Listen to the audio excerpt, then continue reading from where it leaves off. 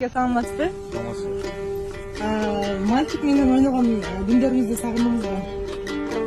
Конечно, сагындык. Мирлан байке, Кыргыздан чыган уул эле.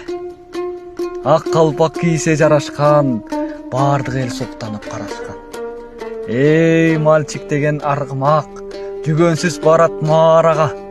Туягынан чаң чыгып, улакты баскан такымга.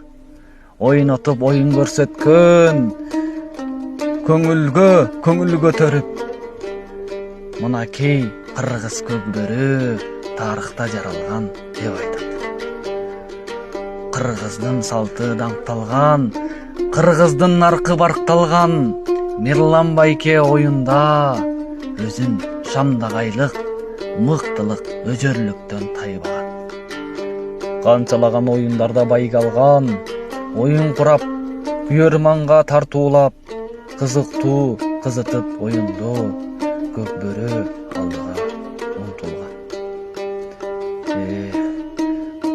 Жашоого бир да жаралган, умтулбайт эч заманаң. Мынакей бүгүн тарыхта кала берет Мирлан байке, дайыма эсте сакталган.